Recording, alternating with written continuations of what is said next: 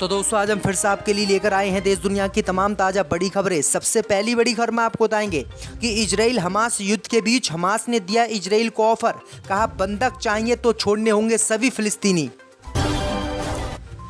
Israel Hamas युद्ध के बीच फिलिस्तीन के लिए पहली बार सऊदी अरब ने उठाया बड़ा कदम। इजराइल के खिलाफ अमेरिका से भिड़ेगा सऊदी अरब। युद्ध रुकवाने के लिए सऊदी अरब के अधिकारी जाएंगे अमेरिका।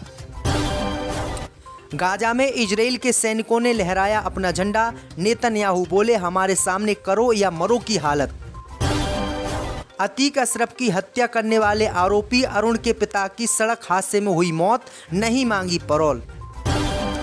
गाजा पट्टी में मुसलमानों के लिए इंटरनेट उपलब्ध कराने वाले एलन मस्क को इजराइल की सरकार ने दी धमकी, कहा गाजा में नहीं चलने देंगे स्टारलिंक इंटरनेट। फिलिस्तीन के समर्थन में रैली पर पाकिस्तान में बवाल, जमकर चली लाठी फायरिंग और आगजनी की घटनाएं आई सामने। अमेरिका के राष्ट्रपति डोनाल्ड ट्रंप ने किया ऐलान, कहा अगर मैं बना राष्ट्रपति तो मुसलमानों को अमेरिका में नहीं घुसने दूंगा। हमास समर्थकों के साथ होगी सख्ती से कार्रवाई। तो दोस्तों सभी खबरों को आपको एक एक कर बताने वाले हैं। वीडियो को लाइक कर चैनल को सब्सक्राइब कर दें। इसी बीच पर तो दोस्तों अगली खबर की ओर, तो इजराइल हमास युद्ध के बीच हमास ने दिया इजराइल को बड़ा ऑफर, कहा बंधक चाहिए तो छोड़ने होंगे सभी फिलिस्तीनी। दोस्तों आपको बता दें कि हमास और इजराइल के बीच हो रही जंग थमने का नाम नहीं ले रही है। जहां हमास इजराइल से बदला लेने के लिए बेकाबू हो चुका है, तो वहीं इजराइल अब इस बदले का जवाब हमास को दे रहा है। इसी लड़ाई के बीच हमास ने इजराइल को बड़ा ऑफर दिया है। हमास ने कहा है कि अगर इजराइल को अपने बंधक चाहिए तो उसको सभी हमारे फिलिस्तीनी कैदियों को छोड़ना पड़ेगा।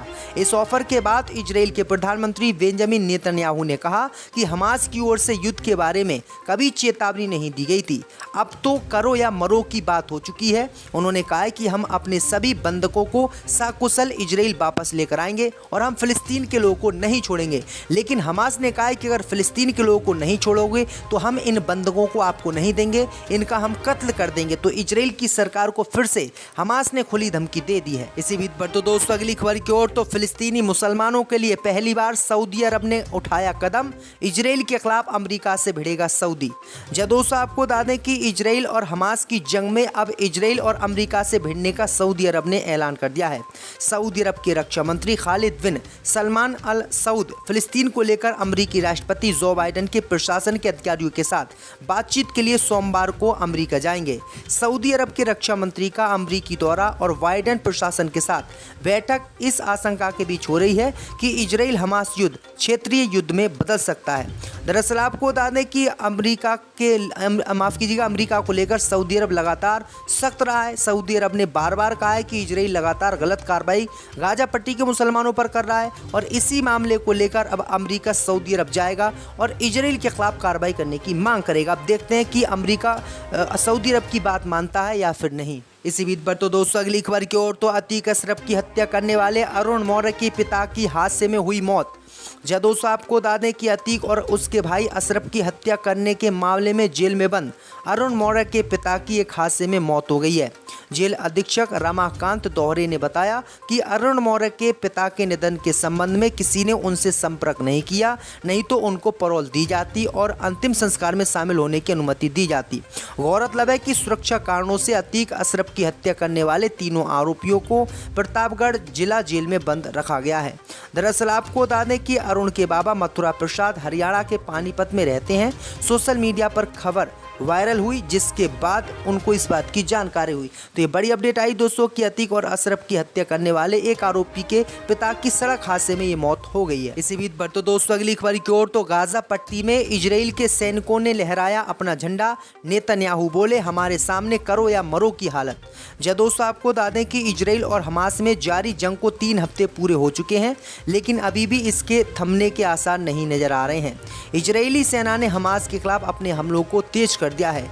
इजराइल की सेना धीरे धीरे गाजा पट्टी में घुस रही है और उसके टैंक भी गाजा में एंट्री कर रहे हैं। इसी बीच गाजा पट्टी में घुसे इजरायली सैनिकों ने कथित रूप से गाजा शहर में इजराइल का झंडा फहराया है। इसका एक वीडियो इजरायली पत्रकार ने एक्स पर शेयर किया है। तो ये बड़ी अपडेट आ रही दोस्तों। इसी बीच पर तो दोस्तों अगली खबर की ओर, तो इजराइल हमास युद्ध के बीच इजराइल ने दी एलन मस्क को चेतावनी, कहा गाजा में नहीं चलने देगा स्टारलिंक इंटरनेट। दोस्तों आपको बता दें कि एलन मस्क ने गाजा पट्टी में इंटरनेट सुविधा मुहैया कराने के ऐलान के बाद इजराइल एक्टिव हो गया। इजराइल ने मस्क के फैसले पर कड़ी आपत्ति जताई और उन्हें चेतावनी दी। दरअसल आपको बता दें कि अमेरिकी बिजनेसमैन ने मानवीय संवेदनाओं के तहत गाजा में स्टारलिंक इंटरनेट सर्विस प्रोवाइड कराने की घोषणा की है। मानवीय आपदाओं में काम करने वाली संस्था इसका इस्तेमाल कर सकेंगी। इस फैसले पर इजराइल के कम्युनिकेशन मिनिस्टर कहरी ने पलटवार किया है और धमकी दी है कि वो किसी भी कीमत पर गाजा के लोगों को स्टारलिंक इंटरनेट नहीं उपयोग करने देंगे, क्योंकि इजराइल की बमबारी में गाजा पट्टी में जो भी इंटरनेट सुविधा थी, नेटवर्क थे, टावर थे, वो सभी ध्वस्त हो गए और वहां पर इंटरनेट बिजली नहीं चल रही है। इसी के कारण एलन मस्क आगे आए और उन्होंने इंटरनेट अपना देने का ऐलान किया, जिसका इजराइल अब फिर से विरोध करने लगा है। इसी बीच बढ़ते दोस्तों अगली खबर की ओर, तो फिलिस्तीन के समर्थन में रैली पर पाकिस्तान में बवाल, जमकर चली लाठी फायरिंग और आगजनी। दोस्तों आपको बता दें कि इजराइल और हमास के बीच चल रही जंग को 3 सप्ताह बीत चुके हैं। इसी बीच इजराइल की ओर से दावा किया गया कि युद्ध अगले चरण में आ गया है। इस युद्ध में गाजा पट्टी के लोग जरूरत की चीज़ों के लिए भी तरस गए हैं। उनके लिए भारत समेत दुनिया के कई देशों ने मदद सामग्री भेजी। संयुक्त राष्ट्र में भी दोनों ओर से सीज फायर के लिए प्रस्ताव पारित हो गया है। दुनिया के कई देशों में फिलिस्तीन के समर्थन में रैलियों का आयोजन किया जा रहा है। पाकिस्तान में भी फिलिस्तीन के समर्थन में एक रैली आयोजित की गई थी। इस दौरान बवाल हो गया, लोगों ने सड़कों पर आगजनी की तो पुलिस ने लाठीचार्ज कर दिया। पुलिस को आशंका थी कि प्रदर्शन के दौरान पाकिस्तान सरकार के खिलाफ साजिश हो रही थी, इसलिए लाठियां बरसा दी गई। लाठियां चली तो पत्थर भी चले और आग भी लगी। तो ये बड़ी अपडेट आ रही दोस्तों। इसी बीच पर तो दोस्तों अगली खबर की ओर, तो अमेरिका में डोनाल्ड ट्रंप ने किया ऐलान, कहा मुस्लिमों को अमेरिका में घुसने नहीं दूंगा, हमास समर्थकों के साथ होगी सख्त कार्रवाई। दोस्तों आपको बता दें कि डोनाल्ड ट्रंप ने यहूदियों के एक सभा में कहा कि अगर वे फिर से अमेरिका के राष्ट्रपति बनते हैं तो मुस्लिम यात्रियों पर प्रतिबंध लगाएंगे। 2017 में ट्रंप ने Iran, Libya, Somalia, Syria, Yemen और शुरुआत में इराक और सूडान से यात्रियों के प्रवेश पर प्रतिबंध लगाए थे।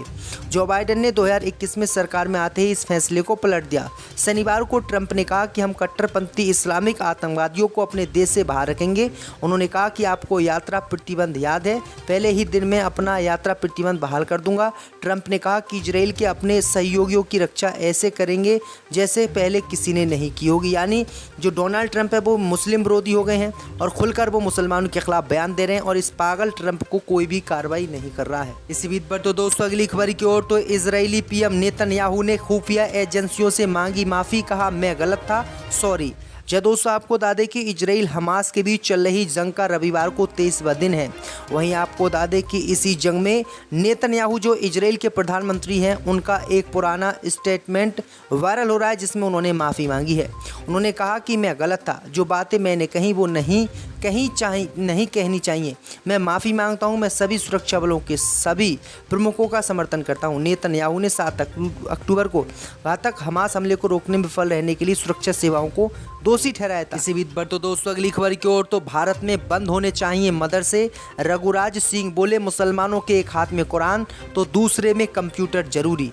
दोस्तों आपको बता दें कि मुस्लिम समुदाय के विकास के लिए अरब और अमीरात की तर्ज पर भारत में भी मदरसे बंद होने चाहिए। ये बात उड़ीसा की राजधानी भुवनेश्वर में दैनिक जागरण से बात करते हुए उत्तर प्रदेश के श्रम एवं सेवा योजना विभाग के मंत्री रघुराज सिंह ने कही है। उन्होंने कहा कि मुसलमानों के एक हाथ में कुरान ज़रूरी है तो दूसरे में कंप्यूटर भी ज़रूरी है।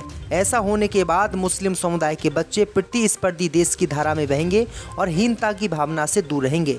विकास को लेकर कई मुस्लिम देश मदरसों को बंद कर चुके हैं क्योंकि वहाँ पर प्रतिस्पर्धा नामक कोई पढ़ाई नहीं होती है। धर्म का अपना एक स्थान होता है लेकिन विकास और तरक्की का भी अपना महत्वपूर्ण स्थान है। इसलिए मुस्लिम समाज को भी मदरसों को बंद करने के लिए खुद आगे आना चाहिए। तो ये बड़ी अपडेट आ रही दोस्तों कि इस नेता ने ऐसी बात कही। अब देखते हैं कि इसका असर देश में कितना होता है, सरकार कितने लैपटॉप कंप्यूटर्स मुस्लिम बच्चों के लिए पढ़ने के लिए भेजती है और आगे क्या कार्रवाई करती है। अयोध्या में बन रही नई बाबरी मस्जिद का शिलान्यास करते हैं या नहीं। इसी बीच पर तो दोस्तों अगली खबर की ओर, तो मुस्लिम देश करेंगे इजराइल के नागरिकों पर हमला। इजराइल ने अपने देश बुलाने का नागरिकों को किया ऐलान। दोस्तों आपको बता दें कि इजराइल और हमास के वार को 15 दिन हो गए हैं। इस बीच इजराइल की सरकार ने बड़ा कदम उठाते हुए बड़ा ऐलान किया है। दरअसल आपको बता दें कि इजराइल की सरकार ने मुस्लिम देशों में रह रहे अपने नागरिकों को छोड़ने का देश ऐलान कर दिया है। इजराइल की सरकार ने कहा है कि मुस्लिम देशों में जितने भी यहूदी इस समय रह रहे हैं वो यहूदी उन देशों को छोड़कर इजराइल पहुंचे, क्योंकि इजराइल और हमास की जंग में मुस्लिम देशों के लोग उन पर हमला कर सकते हैं और उनकी जान को खतरा है। कई देशों से इजराइल ने